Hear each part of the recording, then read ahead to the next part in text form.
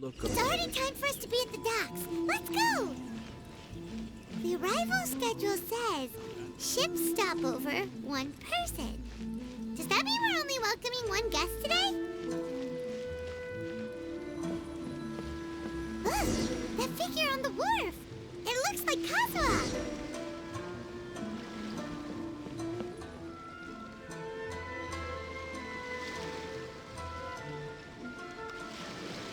Greetings, traveler in Paimon. I heard there would be guides for the Irodori Festival, but I didn't expect it would be you two. We didn't expect to see you either! Returning as a guest for the Irodori Festival, no doubt. I was a little surprised myself when I received the invitation. But after wandering the outside world for so long, it's good to have an opportunity to return to my homeland and pay respects to my old friends. Kazuha, when we saw you in the distance just now, you seemed to be looking for something. What happened? Ah, yes. You see, when I came off the boat with everyone just now, I suddenly heard light footsteps around me. I could tell they were not footsteps of a regular passenger. But by the time I turned around, the person had already disappeared. I only heard a splash come from below the pier. Even though I didn't manage to catch a glimpse of them, I found this strange piece of paper by my feet. Oh, does the paper happen to have a poem written on it? Huh. How did you know?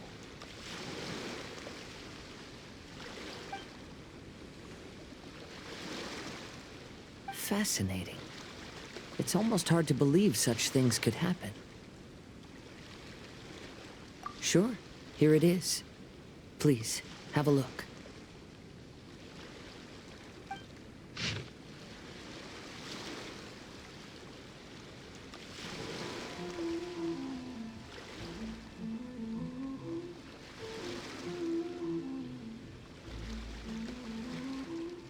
Last time, Aoi no Okina's poem ended with a reference to Akihito. And sure enough, this is a story about him. The story this time basically says that Akihito got his name from his love of red seals. However, the shogun discovered that he had committed plagiarism, and he was soon exiled. Well, if Paimon were to rate today's story, it sounds pretty unfortunate. I don't think there's anything particularly wrong with this story. I too was once wanted as a criminal by the shogunate. So I'm not all that different from Akihito mentioned in this story. But according to the story, Akihito was exiled by the shogun because of his wrongdoings. You did nothing wrong, Kazuha. Huh? Traveler, what are you thinking about?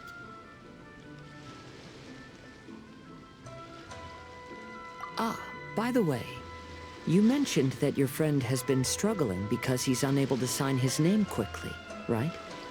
In Liyue and Inazuma, there is a saying, that which has been stamped has also been signed. Perhaps using a seal could be a feasible solution. While sailing at sea, I sometimes carve things to pass the time. If you wish to create a stamp for his seal, I might be able to help. Wow, that's an idea! Quick, let's go tell Albedo!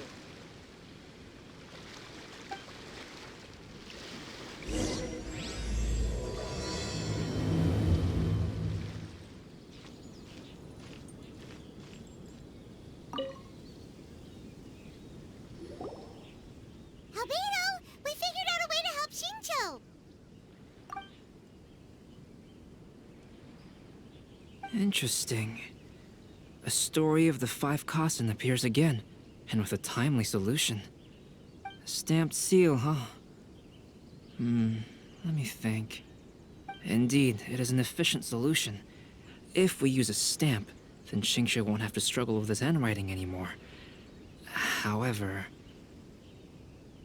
since Xingqiu's signature has been previously revealed to the readers, it would seem insincere if he only used the stamped seal for his new books.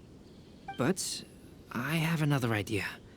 Using a seal is a part of it, of course. Let's go to Ouya restaurant now to discuss my idea with everyone.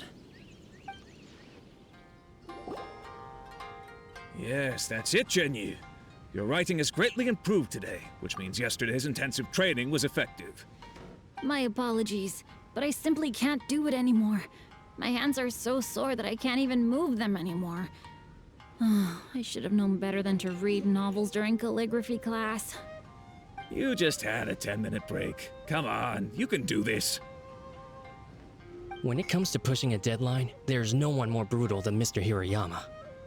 No wonder Lady Yai would always send the editorial director to handle troublesome authors. Whoa, this is getting scary. It hasn't even been that long and Xingqiu's already zombified. Mr. Hirayama, we found a solution that might just solve our dilemma. In both Liyue and Inazuma, seals are widely used as the equivalents of a signature. If we use a stamp to leave the author's seal on the books, then we could make the signature process a lot easier. Of course, a seal on its own is not enough. So, I propose that each signature consists of 2 parts. First, we'll use a personalized seal. We can simply carve one using Xingqiu's signature as the design. In addition, I'll also design a simple but elegant pattern that's easy for Xingqiu to write. That way, he will only need to draw a simple pattern on each book. Let me think. All right, I think that would work. Not only does it still involve the author's own handwriting, but the result should be very beautiful as well. So, what you mean to say is, I've been saved from this predicament? Mr. Hirayama, it suddenly occurred to me that the reason we gave up on live book signings previously was because it would take too long for the author to sign each book. But if we adopted Calx's proposed method, we might have enough time to do signatures at the live event. And if all the authors signed their books in the same fashion, then Xingqiu's signature wouldn't look out of place. If you think it's feasible, I would certainly be happy to design signatures for the other authors as well. Yes, and you may leave carving the stamps to me. In that case, I shall contact the other 2 authors participating in the new release event. It is a great honor to use a signature designed by Calx. My pen name is quite complicated and isn't suitable for signing events. However, if we implement this new format, then it'll be a dream come true for me as well. Great! Looks like everyone's on board with the idea. I'm sorry to have kept you busy for so long, Xingqiu. Please, take the next few days to have a good rest. We'll handle everything from here.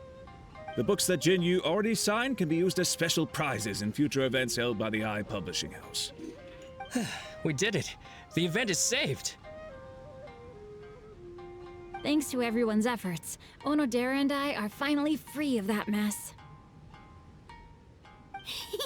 That's right! You're finally free, Xingqiu! Maybe you should step outside for some fresh air. Onodera, please inform Lady Ai of the changes in the event planning when you have a moment. She will surely like to hear about our new idea. You're a quick thinker, Onodera. As long as you exercise a little prudence, you'll be able to achieve great things in the future. Got it. Thank you very much, Mr. Hirayama. I suppose this is all a blessing in disguise, isn't it?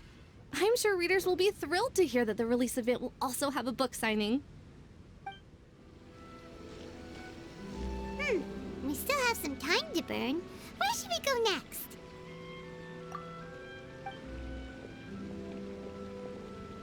Traveler, there you are.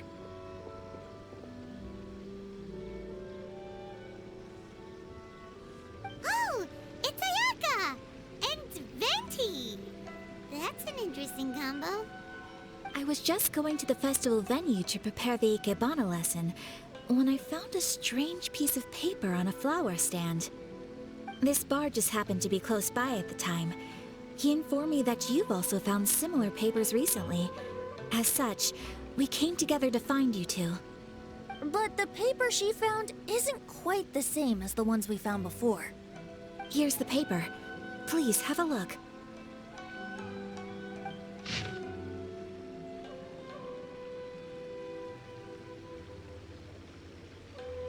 Huh. All the poems we found before were roughly the same length. But this one is only 2 lines. And even though there are only 2 short sentences, neither of them are next to the title or centered on the page. The position of the writing seems to indicate that there is other content written on this paper besides these 2 lines. If we take the poem literally, it reads, "Dip this paper in water and see the truth naturally appear." Speaking of which, I have an ancient text at home, specializing in ancient and exotic stories. It mentions a special ink that will show itself when wet and disappear when it's dry. So, shall we give it a whirl? It just so happens that there's a pond nearby.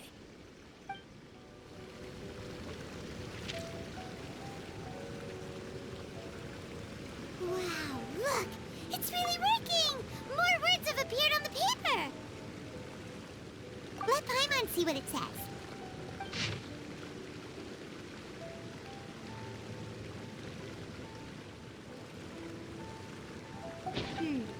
Story says that after Sumizomi got the collection of poems from Akihito and put them into a stream of water, the plagiarized words in the poem became blurry. Huh? Why would that happen? You see, Paimon, in the past, when printing was not yet well developed, handwritten text could easily become smudged in books when exposed to moisture. To ensure the text lasted longer, they'd either write using a special ink or coat the paper's surface with a waterproof coating once the writing was finished. Such special inks are time-consuming and laborious to produce, and the waterproof coating could also prove just as difficult. However, since Akihito's poetry collection was an important gift to be presented to the shogun, surely one of those 2 methods was used to protect it. But as for the plagiarized poems, not only would they lack Akihito's seal, but the words would also react differently when exposed to liquid.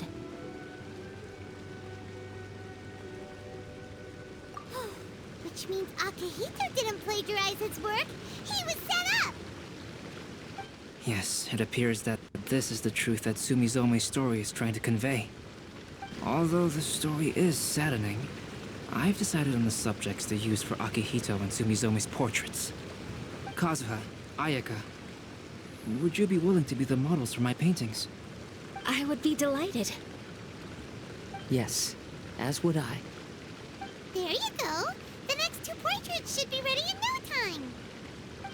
Yes. And now that all 4 stories have all been collected, the story of the Five Kasen is now fully completed.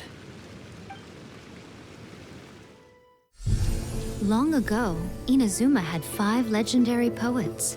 People bestowed upon them the title of the Five Kasen. One year, the poet Suiko made his way to Tenshukaku and presented the Kasen's work for the shogun's perusal. But a page from the works of Aoi no Okina had been torn out, and Suiko was questioned regarding the matter. Suiko pleaded guilty. He admitted to drinking at the tavern the night before, and vaguely recalled a mysterious figure approaching while he was intoxicated. That figure was none other than Aoi no Okina himself. This turn of events had begun with an unnamed individual, under whose coercion, Aoi no Okina was forced to take drastic measures to retrieve a page of poetry. He knew nothing of this individual's true intentions. All he knew was that the poem had to do with an old acquaintance, Akihito. Akihito had once belonged to the Five Kasen. Each poem he composed, he marked with a scarlet red seal, hence the Aka in his name. Such a distinguished writer was he, and yet one of the poems he had submitted the previous year was found to be plagiarized. Akihito was exiled for his crimes, and only 4 of the Five Kasen remained. Sumizome went over Akihito's poems and noticed that the plagiarized poem lacked his seal. She immersed his poetry in a stream nearby, and only on the plagiarized poem did the ink run. Aoi no Okina passed by and witnessed Sumizome's doing, which he then recorded in a poem. Thus transpired the events of Suiko's poetry submission, and this is where the story comes to an end.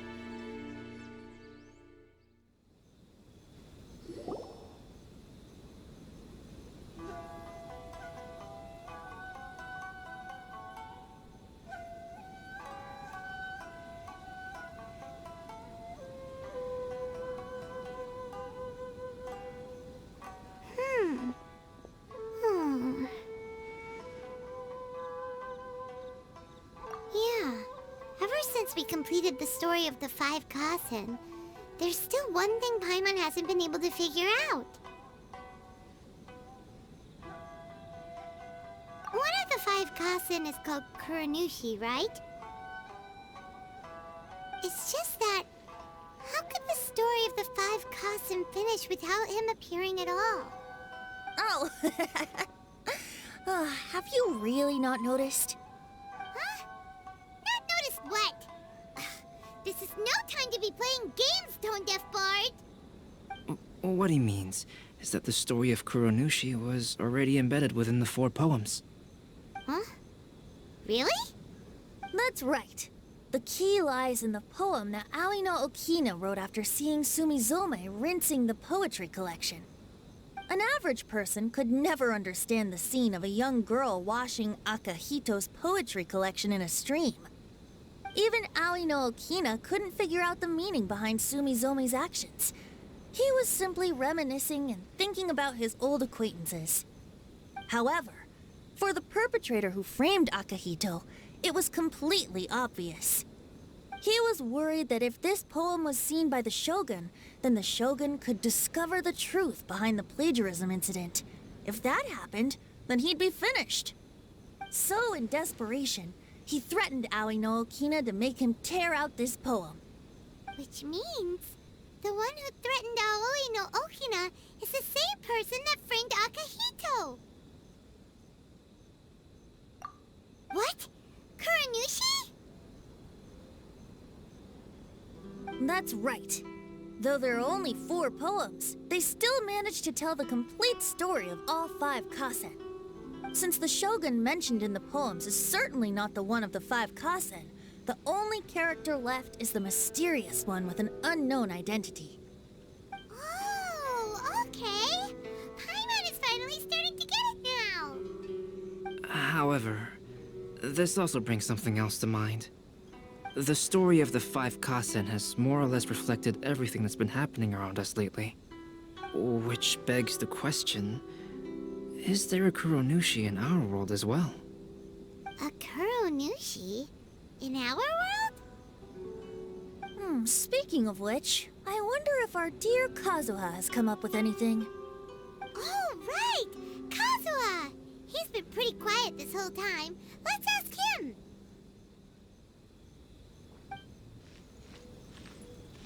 Make sure you get in line early to buy your special edition drinks! Welcome home, almighty Shogun. Hey, Kazuha! Are you okay? You've been standing in front of this blank canvas for a while, and you don't look so good. Apologies for making a wild assumption, but has the story of the 5 Kasen reminded you of anything? Yes. A few things did come to mind, actually. However, they were nothing more than some past incidents regarding my family. I don't mind sharing the stories, but I'd prefer not to bring you any more trouble. Hey, we're all friends here, Kazuha. You can always tell us whatever's on your mind.